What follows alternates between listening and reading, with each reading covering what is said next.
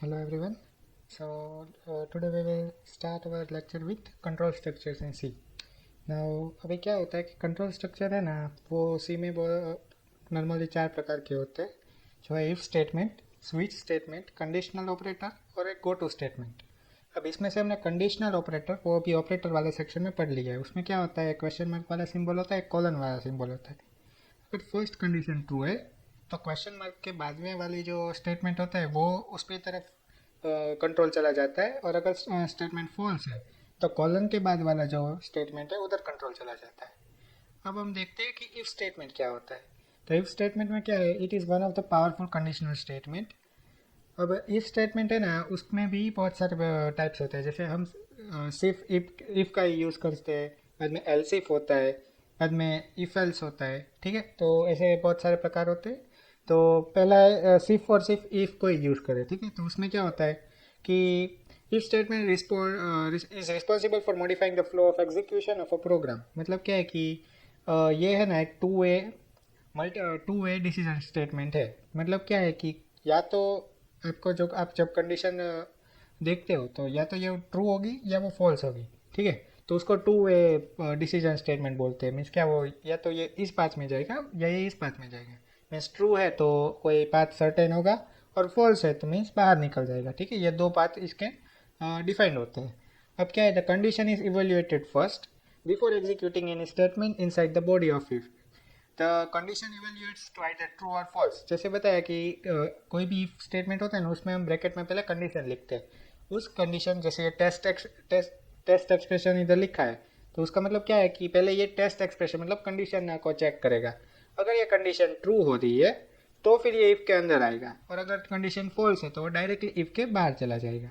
अब ये इसका फ्लो चार्ट है. इसमें क्या है कि पहले एंट्री हुई, बाद में हमने देखा था कि फ्लो चार्ट में जब डायमंड शेप आता है तो वो किसके लिए यूज़ होता है, वो इफ स्टेटमेंट के लिए, मीन्स कंडीशन के लिए यूज़ होता है. ठीक है, तो अगर ये ट्रू है तो ये इस स्टेटमेंट ब्लॉक में जाएगा, अगर ये फॉल्स है तो डायरेक्टली स्टेटमेंट एक्स में चला जाएगा. ठीक है, वैसे ही होता है इफ एल्स स्टेटमेंट.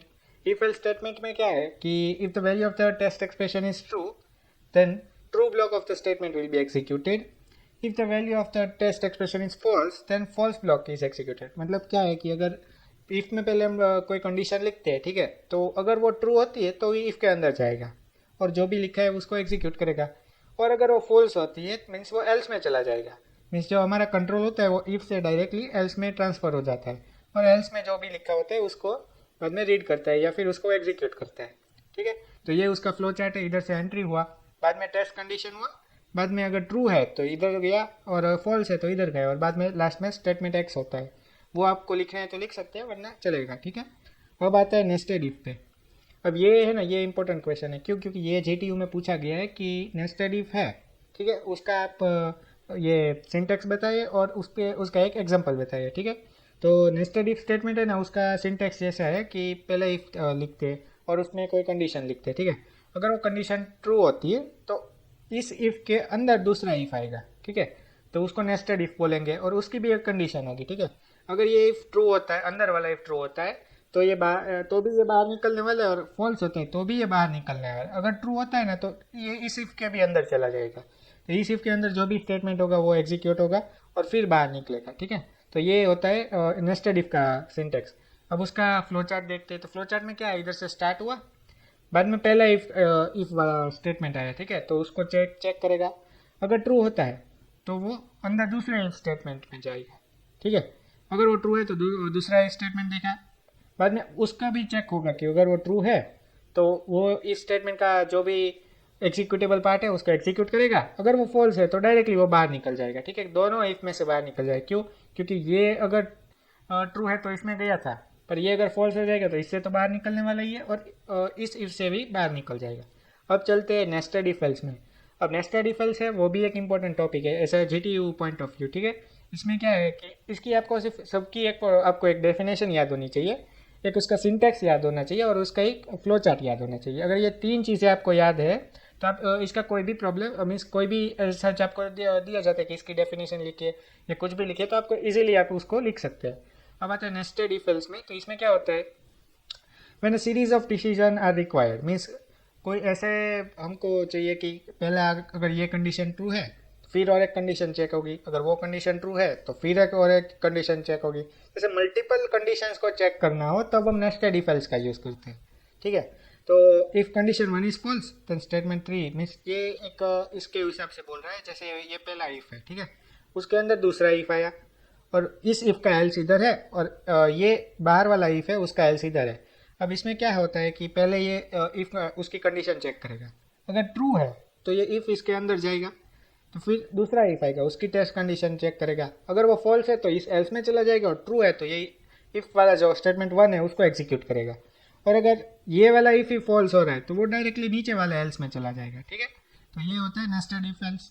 अब चलते हैं नेस्टेड एल्स इफ। अब एल्स इफ क्या है, एल्स इफ एक खुद एक स्टेटमेंट है, ठीक है। तो एल्स इफ में क्या होता है, अगर एक बार हमने इफ लिख दिया, ठीक है, तो अगर बार बार आपको इफ के अंदर नेस्टेड कर फॉर्म में लिखना हो तो बार बार आप if else if else if else लिखेंगे तो कॉम्प्लेक्स हो जाएगा। कॉम्प्लेक्स क्यों होगा, क्योंकि अगर ये एक एग्जांपल देखते हैं हम, ठीक है, तो इसमें तो ये ब्रेसेस यूज़ किए इसलिए हमें पता चल रहा है कि ये एल्स इस इफ के बाद आ रहा है, ठीक है। पर अगर बड़ा सा प्रॉब्लम हो जाता है तो उसमें पता नहीं चलता कि कौन सा एल्स किस इफ के लिए यूज़ हो जाता है, ठीक है। तो उसमें क्या होता है, प्रॉब्लम क्रिएट हो जाता है। तो उस प्रॉब्लम को सॉल्व करने के लिए एल्स इफ का इन्वेंशन किया है। एल्स इफ में क्या होता है, हम directly else if he use करते हैं, उसमें इफ और एल्स दोनों को अलग यूज़ करने की ज़रूरत नहीं है। उसमें क्या स्टार्टिंग एक इफ आएगा और एंडिंग एक एल्स आएगा, ठीक है। उसके बीच में जो भी लिखते हैं वो एल्स इफ के फॉर्म में लिखना है, ठीक है। तो आपको क्या कन्फ्यूजन नहीं होगी कि इफ किधर है और उसका एल्स किधर है। इसमें क्या होता है, nested else if is used when multiple part decision are required, ठीक है। सेम एज ये इफ एल्स जो नेस्टेड इफ एल्स था उसके जैसे ही है, ठीक है। The general syntax of the else if ladder, ये इसका सिंटैक्स दिया है। अब उसका फ्लो चार्ट देखते हैं। तो फ्लो चार्ट में क्या होता है कि पहले हम कंडीशन में आए, अगर वो ट्रू होती है, ठीक है, तो वो डायरेक्टली दूसरे कंडीशन में चला जाएगा, अगर वो फॉल्स होती है तो वो बाहर निकल जाएगा। फिर से दूसरी कंडीशन चेक करेंगे, अगर वो ट्रू होती है तो वो नेक्स्ट कंडीशन में जाएगा, अगर फॉल्स होती है तो वो बाहर निकल जाएगा। फिर से नेक्स्ट कंडीशन में देखेंगे, अगर वो ट्रू होती है तो नेक्स्ट कंडीशन में जाएगा, अगर फॉल्स होती है तो वो बाहर निकल जाएगा। सिमिलरली ऐसे ही देखते हैं, ठीक है। अब चलते हैं नेक्स्ट पे, जो है स्विच स्टेटमेंट। अब स्विच स्टेटमेंट में क्या होता है, switch statement are used as a substitute for long if else statement. Means अगर आपको ऐसा कॉम्प्लेक्स प्रोग्राम बन गया कि आपको बार बार इफ एल्स को यूज़ करना पड़ रहा है, ठीक है, जैसे 10 या 15 टाइम्स आ गया तो आप कितनी बार इफ एल्स लिखेंगे, तो उसको एलिमिनेट करने के लिए हमने एक शॉर्टकट बनाया जो है स्विच स्टेटमेंट।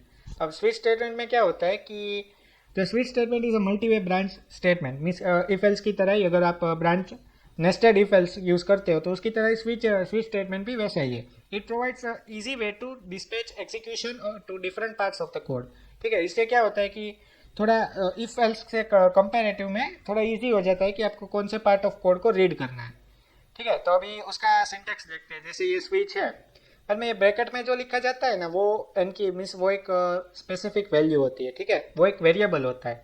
उधर आप कोई भी कांस्टेंट यूज़ नहीं कर सकते, जैसे इधर एन यूज़ किया तो वो एक वेरिएबल है और स्विच का वेरिएबल है, ठीक है। तो उस वेरिएबल की वैल्यू जब भी हम वेरी करेंगे उसके हिसाब से अलग अलग हमें आंसर मिलेंगे, ठीक है। तो उसमें कैसा होता है, जैसे स्विच में एन की वैल्यू अगर हमने 1 ली तो ऐसे केस डिफाइन करना पड़ता है स्विच में। अब स्विच में केस का मतलब क्या है कि अगर एन की वैल्यू 1 है तो ऐसा मीन्स ऐसा रिजल्ट आएगा, अगर एन की वैल्यू 2 है तो ऐसा रिजल्ट आएगा। मीन्स क्या है, हम इफ एल्स में कैसे करते हैं, अगर ये कंडीशन ट्रू है तो ये हमको एग्जीक्यूट करना है, अगर दूसरी कंडीशन ट्रू है तो ये एग्जीक्यूट करना है। वैसे स्विच में भी ऐसा होता है, अगर n इक्वल टू 1 है तो ये इसको एग्जीक्यूट करना है, n इक्वल टू 2 है तो इसको एग्जीक्यूट करना है। वैसे हम मल्टीपल केस ले सकते हैं, हमें जितने लेना है उतने केस ले सकते हैं। और बाद में हर एक केस के बाद में हमको ब्रेक यूज़ करना पड़ता है। ब्रेक क्यों यूज़ करते हैं, ब्रेक का फंक्शन है वो हम अभी आगे देखते हैं, ठीक है। तो ब्रेक स्टेटमेंट क्या होता है, break statement is used inside the switch to terminate the statement sequence. मतलब क्या है कि अगर आपने स्विच में n की वैल्यू अगर आपने 1 ले ली समझिए, तो केस 1 में जाएगा और उसके अंदर जो भी स्टेटमेंट है उसको इवेल्यूएट करेगा, ठीक है। अगर हम ब्रेक नहीं लिखते तो वो फिर केस 2 में भी जाएगा और केस 2 में भी जो भी स्टेटमेंट लिखे है उसको एग्जीक्यूट करेगा। फिर उधर भी अगर ब्रेक नहीं लिखा है तो वो केस 3 में जाएगा। तो जितने भी केस लिखे वो सबको इवेल्यूएट करेगा और एग्जीक्यूट करेगा। मतलब ये तो हमें नहीं करना, हमको क्या करना है, सिर्फ केस 1 ही एग्जीक्यूट हो। इसलिए हर केस के बाद हम ब्रेक यूज़ करते हैं, जिसका मतलब क्या है कि अगर केस 1 एग्जीक्यूट हो गया बाद में ब्रेक हो जाएगा, मीन्स ये पूरा स्विच से बाहर निकल जाएगा। ब्रेक का मतलब क्या है कि कोई भी स्विच का जो मीन्स स्विच फंक्शन स्टेटमेंट है उससे बाहर निकलने के लिए हम ब्रेक का यूज़ करते हैं। अब उसका जो फ्लो चार्ट है वो ये है कि एंट्री हुआ, बाद में मल्टीपल ब्लॉक्स है ना उसको चेक करते हैं, मीन्स केस को मल्टीपल केस को चेक करते हैं कि ब्लॉक 1 है, ब्लॉक 2 है, ब्लॉक 3 है, ऐसे मल्टीपल केस को चेक करते हैं और बाद में लास्ट में स्टेटमेंट एक्स मीन्स बाहर निकल जाते हैं केस स्विच स्टेटमेंट से। अब नेक्स्ट चलते हैं एक बेसिक प्रोग्राम है जो जनरली जीटीयू में पूछा जाता है। ये 3 टाइम पूछा गया है पास्ट ईयर पेपर्स में, जिसमें क्या पूछा है कि write a C program to read the numbers from 1 to 7 and print relatively days Sunday to Saturday. Means क्या आपको 1 to 7 में इनपुट लेना है, ठीक है। 1 2 3 4 5 6 ऐसे आपको 1 to 7 तक इनपुट लेना है और वैसे ही आपको आउटपुट देना है। जैसे 1 के लिए संडे है, 2 के लिए मंडे है, 3 के लिए तो ट्यूसडे है, वैसे ही 1 to 7 से संडे टू सैटरडे तक का आपको इनपुट आउटपुट देना है, ठीक है। तो उसका प्रोग्राम कैसे है वो देखते हैं हम, ठीक है। तो उसमें क्या है, पहले स्टार्ट आपने हैश इंक्लूड stdio.h किया, फिर में बाद में मेन फंक्शन में आए। मेन फंक्शन में हमने स्विच डिफाइन किया है, आप ये देख रहे हैं स्विच डिफाइन किया है। अब स्विच में क्या होता है, हमने वीक को एक वेरिएबल लिया है, ठीक है। अब हम क्या वीक की आप इनपुट लेंगे, वीक का इनपुट लेंगे, जैसे वीक में आप 1 से 7 के बीच में इनपुट लेंगे, ठीक है। अगर वीक की वैल्यू 1 आती है, इसमें हमने क्या 7 केस डिफाइन किए, 1 2 3 4 5 6 अप टू 7, ठीक है। तो केस 1 अगर ट्रू होता है तो वो क्या करेगा, संडे को प्रिंट करेगा और बाद में ब्रेक भी लिखना है, बाद में केस 2 में जाएगा। अगर केस 2 ट्रू होता है तो वो मंडे को प्रिंट करेगा, फिर ब्रेक लिखना है। वैसे ही अप टू केस 7 तक जाना है और केस 7 में सैटरडे आएगा और फिर ब्रेक तो लिखना ही है, क्यों, क्योंकि हमको स्विच से तो बाहर निकलना ही है, अगर इधर भी ब्रेक लिखना कंपलसरी है, ठीक है। अब बाद में ये आता है डिफ़ॉल्ट। अब डिफ़ॉल्ट क्यों लिखते हैं, जब भी स्विच में से ये इतनी कंडीशन है, जैसे 1 to 7 है, तो अगर किसी ने 1 to 7 की बजाय इधर 8 आपको इनपुट दिया था वीक में, तो इसमें से तो कोई भी ट्रू नहीं है। तो अगर इसमें से कोई भी ट्रू नहीं है तो डिफ़ॉल्ट में चला जाएगा, ठीक है। बाद में इधर आप 1000 देते हो या 2000 देते हो, कोई भी नंबर देते हो 1 या 7 से अलावा का, ठीक है।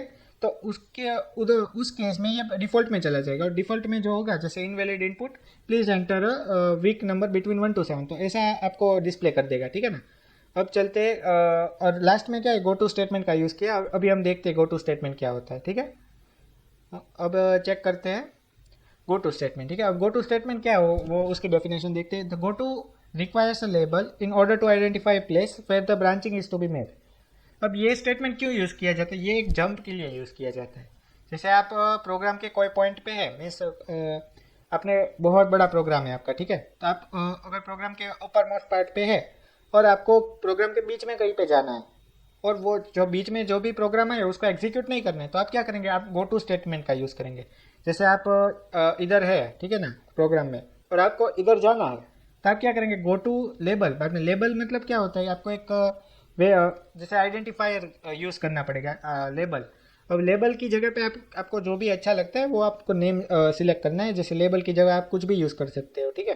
तो गो टू, बाद में जैसे मैंने अपना नाम ले लिया गो टू पुषा, और बाद में आपको सेमीकोलन लगाना है, ठीक है। और बाद में जिधर भी आपको जाना है ना उधर लेबल, और मैंने क्या लिखा था लेबल का नाम, पुषान रखा था, तो पुषान बाद में कॉलन आएगा, इधर सेमीकोलन नहीं आएगा, इधर कॉलन आएगा। तो वो गो टू जो होता है ना वो डायरेक्टली कंट्रोल है ना वो इधर ट्रांसफर कर देता है, ठीक है। तो ये क्या होता है, फॉरवर्ड जंप, मीन्स हमने ऊपर से नीचे जंप लिया। वैसे हम उल्टा भी कर सकते हैं, ये बैकवर्ड जंप होता है, मीन्स नीचे से हम ऊपर जाते हैं, ठीक है। तो अब ये पूरी डेफिनेशन है, go to requires a label in order to identify the place where the branch is to be made. Label is any variable name. Variable name क्या होता है, एक आइडेंटिफायर होता है, वो रिपीट नहीं होना चाहिए, ठीक है। मीन्स आपको लेबल नेम रखते हैं वो एक आइडेंटिफायर के रूल्स के हिसाब से आपको वेरिएबल नेम रखना है। अब आप आइडेंटिफायर के रूल्स क्या होते हैं वो हमने लास्ट लेक्चर में देखा था। आपको अगर देखना हो कि क्या लास्ट लेक्चर में हमने देखा था तो वो उसकी लिंक आपको इंफॉर्मेशन सेक्शन में मिल जाएगी। अब चलते हैं, the label is placed immediately before the statement where the control is to be transferred, okay। तो general form of go to and label statement are as follows. तो ये हमने डिस्कस कर लिया, फॉरवर्ड जंप है और बैकवर्ड जंप है। अब गो टू स्टेटमेंट का भी एक फ्लो चार्ट होता है। फ्लो चार्ट में क्या है कि अगर हमने स्टार्ट किया, ठीक है, और आपने 3 लेवल डिफाइन कर दिए, कितने, तीन लेवल डिफाइन कर दिए, इधर लेवल 1 है, इधर लेवल 2 है, इधर लेवल 3 है। बाद में आप किधर से भी अगर गो टू के बाद लेबल का नेम लिखते हैं ना तो उधर कंट्रोल ट्रांसफर हो जाएगा, ठीक है। जैसे इधर आप है और गो टू लेवल 3 ऐसा लिखते हैं तो स्टेटमेंट 3 से सीधा जंप होगा स्टेटमेंट 1 पे, ठीक है। फिर ये फिर से एग्जीक्यूट होगा इतना पार्ट, और अगर फिर इधर ये गो टू स्टेटमेंट आप देखते तो फिर से ऊपर चला जाएगा।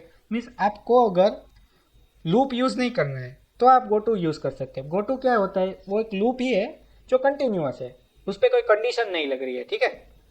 अगर कंडीशन लगानी है तो आपको ब्रेक का यूज़ करना पड़ेगा। अभी ब्रेक देखा है हमने, ब्रेक क्या होता है कि ब्रेक स्टेटमेंट है ना, वो पूरे ऐसे स्विच है ना उससे बाहर निकलना है, वैसे स्विच ही नहीं होता, किसी भी लूप से आपको बाहर निकलना है तो आप ब्रेक का यूज़ कर सकते हैं। अब चलते हैं लूप्स में। अब लूप्स क्या होता है, तो looping in looping a sequence of statement are executed until a condition for termination of the loop. मतलब क्या होता है कि एक कोई भी ऐसी आपके पास लूप है, उस पर एक कंडीशन लगानी होती है, तो लूप तब तक चलेगा जब तक वो कंडीशन फॉल्स नहीं हो जाती। जब तक वो कंडीशन ट्रू है तब तक लूप एग्जीक्यूट होता रहेगा। मतलब क्या है, जैसे ये एक एग्जांपल लिया है, जैसे सम इक्वल टू जीरो और एन इक्वल टू जीरो, दो वेरिएबल हमने डिफाइन कर दिए और उसकी वैल्यू भी डिफाइन कर दी है, ठीक है। बाद में लूप क्या है, sum equal to sum plus n into n. तो ये कब तक चलेगा, जब तक ये इफ है ना, वो मीन्स एन इक्वल्स 10 है, ठीक है, तो वो गो टू प्रिंट हो जाएगा। मीन्स प्रिंट मतलब ये बाहर निकल जाएगा। जब तक एन नॉट इक्वल्स 10 है तब तक ये चलता जाएगा, ठीक है ना। और मीन्स नॉट इक्वल्स 10 है तो मतलब क्या हुआ कि ये एल्स में चला गया। अब एल्स में जाएगा तो ये क्या, n equal to n plus one और गो टू लूप। अब लूप है ना, वो हमारा लेबल है, ठीक है। तो गो टू लूप मीन्स क्या है, ये लूप से इधर इधर कंट्रोल ट्रांसफर हो जाएगा, फिर से ये होगा, फिर इधर कंट्रोल ट्रांसफर हो जाएगा। जब तक एन की वैल्यू 10 नहीं हो जाती तब तक ये ट्रांसफर होता रहेगा, कंट्रोल जो है वो उधर ट्रांसफर होता रहेगा। अब देखते हैं लूप्स कितने क्या दो प्रकार के होते हैं, एक है एंट्री कंट्रोल लूप और एक एग्जिट कंट्रोल लूप। अब एंट्री कंट्रोल लूप क्या होता है, controls entry of the loop and thus why it refers as entry control loop, ठीक है।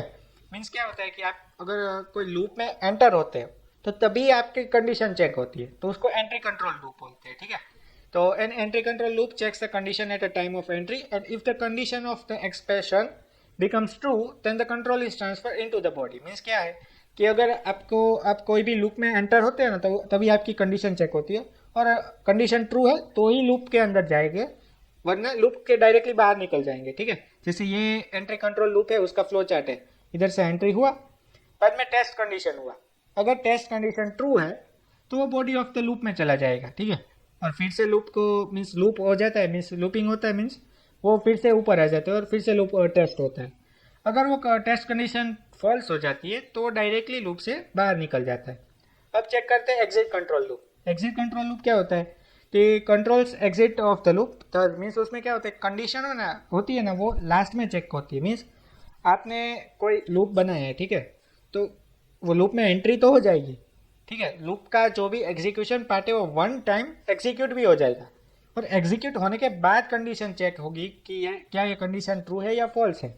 अगर फॉल्स है तो लूप के बाहर निकल गया, पर क्या एक बार तो आपकी कंडीशन एग्जीक्यूट हो ही गया, मीन्स कंडीशन लास्ट में चेक हुई और जो पार्ट एग्जीक्यूशन पार्ट था वो एग्जीक्यूट हो गया, ठीक है।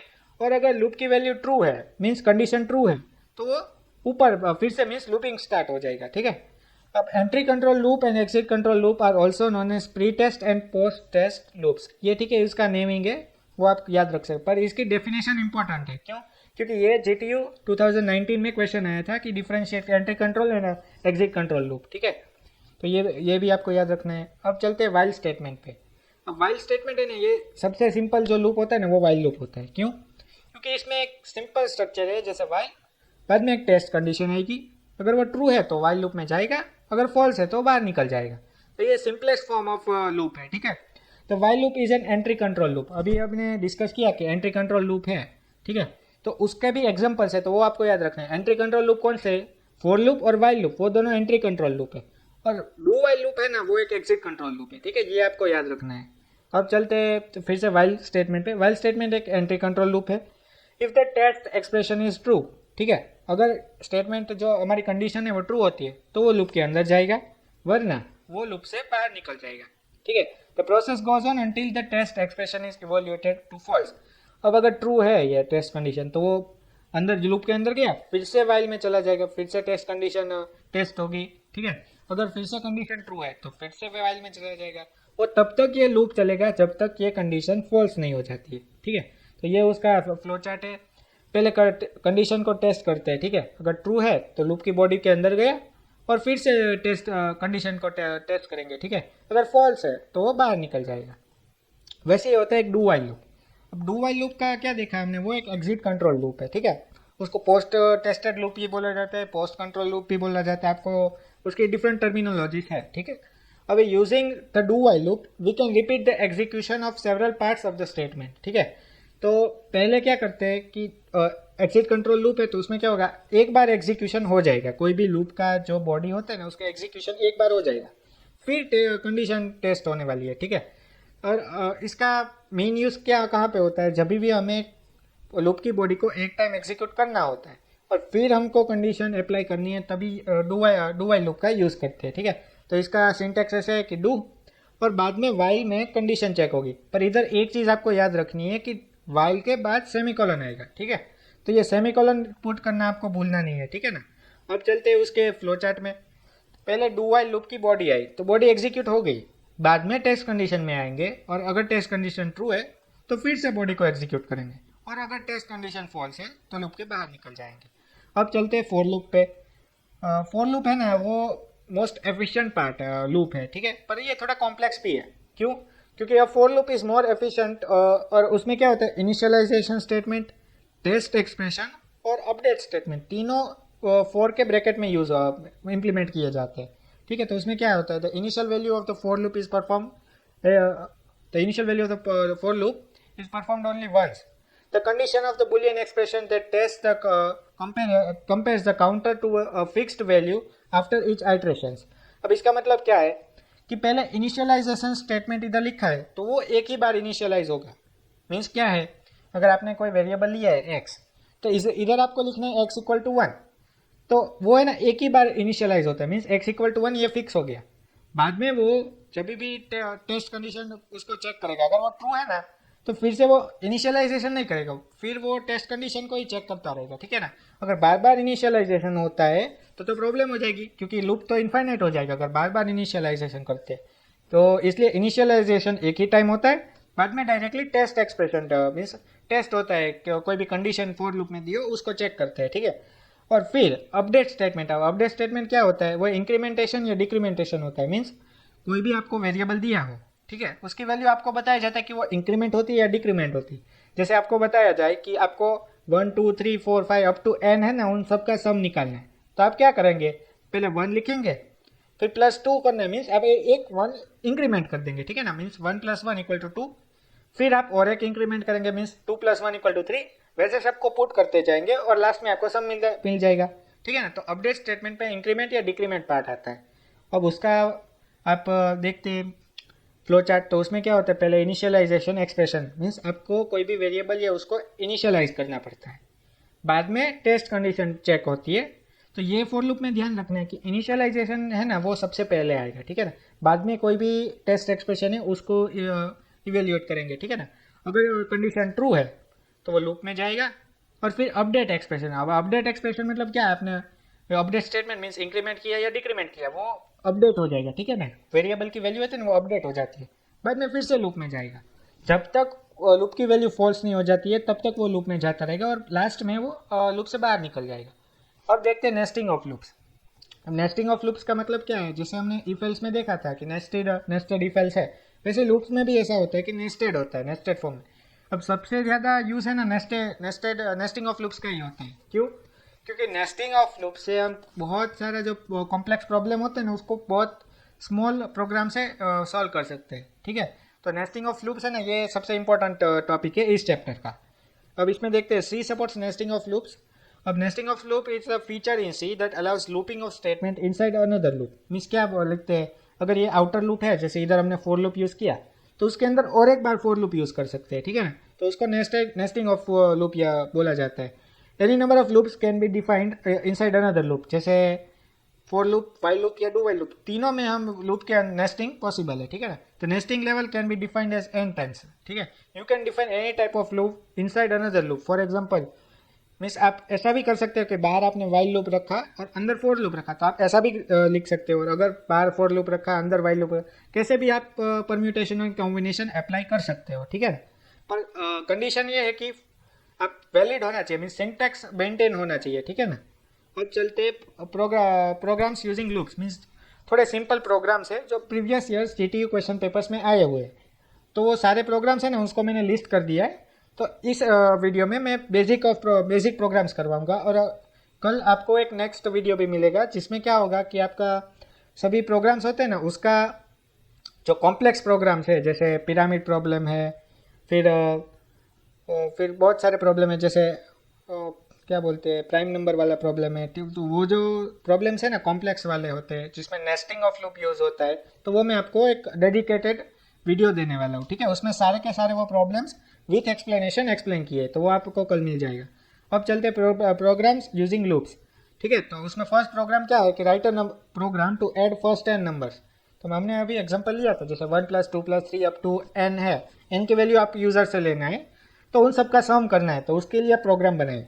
तो अब आपको पता है कि 1+2+3+ अप टू आपको कोई भी वैल्यू दी हो, जैसे n है इधर, तो आप उसको कैसे चेक करोगे, ठीक है। तो उसके लिए आपको कोई भी लूप का यूज़ करना पड़ता है। जैसे इधर हमने क्या किया है, हैश इंक्लूड stdio.h है, इंट बी मीन्स दो वेरिएबल को डिफाइन किया डेटा टाइप इंट से, और सम वेरिएबल को डिफाइन किया 0, ठीक है। बाद में आपने वैल्यू ले ली ए की, और बी की है ना आपने फोर लूप में ऐसे कंडीशन लगा दी, देखिए इनिशियलाइज किया पहले बी को 1 से, बाद में बी लेस देन और इक्वल टू ए है, और प्लस प्लस बी, ये क्या है, ये प्री इंक्रीमेंट ऑपरेटर है। अब आपको ऑपरेटर नहीं पता है तो आप इससे पहले वाला वीडियो भी देख सकते हैं, ठीक है। बाद में फोर लूप में क्या होता है, बी की वैल्यू 1 से जब तक ए से छोटा है बी तब तक वो इंक्रीमेंट होती रहेगी। मीन्स क्या है, ए आपने हम सपोज करते हैं कि इधर देखिए हमने क्या लिया, ए की वैल्यू 4 ली है, तो अगर आपने ए की वैल्यू 4 ली है तो बी की वैल्यू अगर 1 रखते हैं, बाद में क्या आएगा, 1 4 से छोटा है तो हाँ वो छोटा है, और प्लस प्लस बी मीन्स क्या होगा, पोस्ट इंक्रीमेंट है। मीन्स क्या होगा कि आपको जो बी की वैल्यू इंक्रीमेंट होगी ना, वो ये जो पार्ट है ना उसको एग्जीक्यूट करने के बाद इंक्रीमेंट होगी, ठीक है। तो पहले बी की वैल्यू 1 ले ली, तो sum equal to plus equal b, means इसका मतलब क्या होता है, sum equal to sum plus b. ये जो एक्सप्रेशन है ना उसका मतलब ऐसे होता है कि sum equal to sum plus b, ठीक है। बाद में फॉर लूप अगर ये कंडीशन है, ये कंडीशन ट्रू होती है, ठीक है, तो फिर से फॉर लूप में जाएगा। अब इधर क्या होगा, बी फिर से ये चेक होगा, और इंक्रीमेंट हो गया होगा, मीन्स बी की वैल्यू 2 हो गई होगी, 2 लेस देन और इक्वल टू 4 है, ट्रू है, तो फिर से वो ये जो पार्ट है उसको एग्जीक्यूट करेगा। मीन्स क्या होगा, sum equals to sum plus b. तो पहले सम में हमने कौन सी वैल्यू स्टोर की थी, 1, अब सम प्लस बी मीन्स 1, अब बी की वैल्यू 2 हो जाती है, तो 1+2 मीन्स क्या होगा 3। अब बी की वैल्यू फिर से इंक्रीमेंट होगी और उसकी वैल्यू हो गई 3, 3 लेस देन 4 है, हाँ है, तो ये ट्रू है, तो फिर से ये पार्ट एग्जीक्यूट होगा, मीन्स 3+3, तो वो क्या हो जाएगा 6। अब 6 हो जाता है, फिर से ये इधर जाएगा, और अगर फिर से मीन्स इंक्रीमेंट हो जाएगा, मीन्स 4 लेस देन और इक्वल टू है, लेस देन और इक्वल टू 4 है, तो हाँ ये भी ट्रू है, तो फिर से अंदर जाएगा, तो 6 हो गई थी, और सम इक्वल टू 6+4 मीन्स क्या हो गया, सम की वैल्यू हो गई 10, ठीक है ना। तो अब ये अगर चेक करेगा तो बी की वैल्यू 5 हो गई है, 5 लेस देन और इक्वल टू 4, तो ये कंडीशन फॉल्स हो जाती है, ठीक है। तो ये लूप से बाहर निकल जाएगा और सम की वैल्यू प्रिंट कर देगा। तो इधर हमने क्या लिया है, enter a positive number integer, तो ए की वैल्यू हमने ली थी 4, तो उसका सम क्या मिला हमें 10 मिला, जो हमने अभी देख लिया है। अब चलते हैं दूसरे प्रोग्राम में। इसमें क्या होता है, सेम प्रोग्राम है, उसको बस 1/n की फॉर्म में लिख रहे हैं। तो इसमें भी क्या है, फॉर लूप लगाया, बी की वैल्यू वैसे ही वेरी कर रही है, आपको एंड ए की वैल्यू आपको यूजर से लेनी है, ठीक है। पर सम की वैल्यू क्या लिख ली है 1/b। अब ये फ्लोट क्यों लिखा है, तो वो हमने देखा था टाइप कास्टिंग, ठीक है। टाइप कास्टिंग मतलब क्या है, आपको कोई भी वेरिएबल की जो डेटा टाइप है उसको हम यूज़र से चेंज करवाना है, तो वो क्या आप ऐसे ब्रैकेट में उस जो भी डेटा टाइप में चेंज करना है वो आप लिखते हैं, ठीक है। तो वो हमने प्रीवियस वीडियोस में देखा था कि टाइप कास्टिंग क्या होता है, ठीक है। तो हमने टाइप कास्ट किया बी वेरिएबल को फ्लोट में, ठीक है। तो ये 1/1 है ना, इसलिए हमने फ्लोट में कन्वर्ट किया। अगर आप नहीं करते हो तो टाइप कन्वर्जन भी अपने आप हो जाता है, ठीक है। पर हमने ये कर दिया क्यों, क्योंकि इन केस एरर ना आए, ठीक है ना। तो ये कब तक चलता रहेगा, जब तक बी की वैल्यू 4 होती है, ठीक है। जब ये 5 होगी तो ये कंडीशन फॉल्स हो जाएगी और ये बाहर निकल जाएगी। तो हमको सम मिलता है वो 1/n की फॉर्म में, इसलिए वो छोटा मिलता है, ठीक है ना। इधर हमने वैल्यू ली है 5, ए की वैल्यू 5 ली है, इसलिए सम ऐसा मिला, ठीक है। अब चलते हैं नेक्स्ट प्रोग्राम पे। इसमें क्या, write a program to find n factorial. अब एन फैक्टोरियल मतलब क्या होता है, एन जैसे हम 5 फैक्टोरियल लिखते हैं, तो 5 फैक्टोरियल की वैल्यू क्या आती है, 5 into 4 into 3 into 2 into 1, means n into n-1 into n-2 into n-3 up to 1 तक आपको करना है, ठीक है ना। तो ये वैल्यू मीनिंग होता है n फैक्टोरियल का। तो आपको कैसे उसको मैनिपुलेट करना है, तो पहले आपने n की वैल्यू यूज़र से ले ली, बाद में आपने इफ़ ये कंडीशन क्यों लगाई है, क्योंकि n फैक्टोरियल है ना, उसमें n की वैल्यू हमेशा ग्रेटर देन 0 होनी चाहिए, उसके लिए ही n फैक्टोरियल डिफाइन होता है। अगर वो लेस देन 0 है तो वो डिफाइन ही नहीं होगा। इसलिए हमने इफ़ कंडीशन लगाई कि अगर n की वैल्यू लेस देन 0 है ना तो आपको एरर शो कर देना है, ठीक है। फिर एल्स में लिखते हैं, एल्स में हमने लूप लगाया है। अब लूप क्या है, 1 से n तक जाना है, ठीक है ना, 1 से n तक जाना है। n हमने जैसे एग्जांपल लेते हैं इधर, तो n की वैल्यू हमने 5 इनपुट की है, ठीक है। तो 1 से 5 तक जाएंगे और सबको मल्टीप्लाई करते जाएंगे। अब इसका मतलब क्या, fact equal to multiplication equal to i, उसका मतलब क्या है, fact equal to fact into i, ठीक है ना, इसका मतलब ऐसा होता है। तो तब तक जब तक ये 1 से 5 तक ये मल्टीप्लाई होता रहेगा, ठीक है ना। तो क्या होगा, 5 इंटू 4 इंटू 3 इंटू 2 इंटू 1, और जब भी आई की वैल्यू ये प्लस प्लस है मीन 6 हो जाती है ना, तो भी ये फोर लूप से बाहर निकल जाएगा और फैक्टोरियल की वैल्यू प्रिंट कर देगा। तो इधर हमने n की वैल्यू क्या 5 इनपुट की थी, तो फैक्टोरियल की वैल्यू आ गई 120। अब चलते प्रोग्राम यूजिंग लूप्स, ठीक है। तो ये वही प्रोग्राम है जो हमने अभी देखा, ये 1/n फैक्टोरियल का सम करना है, ठीक है। तो ये कैसे करेंगे वो देखते हैं। Write a program to find sum of series with general term 1/n factorial. तो इसमें क्या होता है कि 1/1 factorial plus 1/2 factorial plus 1/3 factorial, ऐसे पूरी सीरीज है ना, उसका आपको सम फाइंड करना है। तो उसका कैसे करेंगे, तो ये इंट नम इक्वल टू 1, तो ये वेरिएबल लिख लिया नम इक्वल टू 1, और एक काउंट वेरिएबल उसकी डेटा टाइप है इंट। बाद में सम एक वेरिएबल डिफाइन किया, उसका फ्लोट डेटा टाइप है, और फैक्टोरियल भी का भी फ्लोट डेटा टाइप है। फिर हमने n की वैल्यू यूजर से इनपुट ली। अब इसमें क्या है, नेस्टेड लूप का ये प्रॉब्लम है। तो बाहर मैंने वाइल लूप लिया है और अंदर मैंने फॉर लूप लिया है। अब ऐसे प्रॉब्लम आपको डिस्कस करने हैं तो वो उसका मैं एक नेक्स्ट वीडियो भी निकालने वाला हूँ, उसमें ज़्यादा इन डेप्थ में हम देखेंगे कि कैसे नेस्टेड लूप का यूज़ होता है। पर इधर मैं आपको बेसिक अंडरस्टैंडिंग दे देता हूँ। आपको क्या करना है, जब तक नम की वैल्यू लेस देन n है, अब नम की वैल्यू आपने क्या 1 डिफाइन की है, तो जब तक n की वैल्यू नम की वैल्यू लेस देन और इक्वल टू n है, मीन्स अगर हमने n सपोज करते 5 लिया है, ठीक है, तो जब तक 1 लेस देन 5 है तब तक ये ट्रू होगा। और नम की वैल्यू क्या है, कॉन्स्टेंटली चेंज होती जा रही है। कैसे, num equal to num plus plus है, मीन्स ये इंक्रीमेंट ऑपरेटर है। तो नम की वैल्यू 1 से 5 तक इनफाइनाइट तक ऐसे इंक्रीमेंट होगी, पर मीन्स इंक्रीमेंट होती जाएगी, ठीक है ना, क्यों 5 तक इंक्रीमेंट होगी, ठीक है ना। अब अगर वाइल के अंदर गए, ठीक है ना, तो उसमें फैक्ट की हमने डिफाइन कर दिया 1, और बाद में फॉर लूप इंप्लीमेंट किया। फॉर लूप में क्या है, हमने काउंट वेरिएबल को लिखा है, उसमें क्या काउंट को पहले इनिशियलाइज किया 1 से, काउंट लेस देन और इक्वल टू नम। अब नम की वैल्यू पहले 1 थी, तो काउंट 1 लेस देन और इक्वल टू 1 है ट्रू, तो वो fact equal to fact into count करेगा। अब फैक्ट की वैल्यू, ठीक है ना, स्टार्टिंग में फैक्ट इनटू 1 होती है, मीन्स क्या 1 होगा, ठीक है, और काउंट प्लस प्लस हो जाएगा, मीन्स इधर 2 आ जाएगा। 2 लेस देन और इक्वल टू 1 है तो नहीं है, 2 लेस देन और इक्वल टू 1 नहीं है, तो ये इस फॉर लूप से बाहर निकल गया। तो sum equal to sum plus num upon fact. अब फैक्ट की वैल्यू 1 आ गई है, नम की वैल्यू तो इधर 1 पहले ही डिफाइन कर दिया, तो sum equal to sum plus 1 आ गया, और बाद में नम प्लस प्लस मीन्स ये नम है ना, उसको इंक्रीमेंट कर देंगे, तो अब क्या होगा, नम इक्वल टू 2 हो जाएगा। फिर कंडीशन चेक होगी कि नम लेस देन और इक्वल टू n है, अब n की वैल्यू हमने 5 ली है, तो 2 भी लेस देन और इक्वल टू 5, तो ये ट्रू हुआ। तो फैक्ट की वैल्यू अगेन इनिशियलाइज हुई 1 से। फिर फॉर लूप में गए हम, फॉर लूप में क्या हुआ, काउंट की वैल्यू 1 से 1 पहले इनिशियलाइज कर दी, बाद में ये कंडीशन चेक होगी और फैक्ट की वैल्यू फैक्ट इनटू काउंट, वैसे ही चलता जाएगा जब तक नम की वैल्यू 6 हो जाती है तब तक।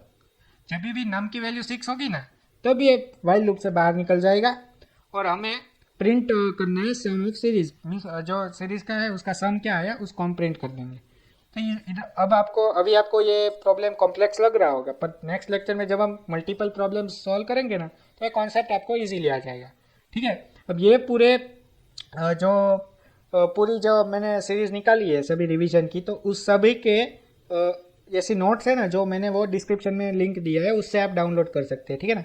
सभी का नोट्स मिलेगा जो आपको ई नोट्स है, और उससे आप रिफ़र कर सकते हैं, जिससे क्या होगा कि आपके पास अगर टाइम कम है और पूरी बुक को आप रिफ़र नहीं करना चाहते, तो इजीली इससे रिफ़र कर सकते हैं और अच्छे मार्क्स भी स्कोर कर सकते हैं। Thank you.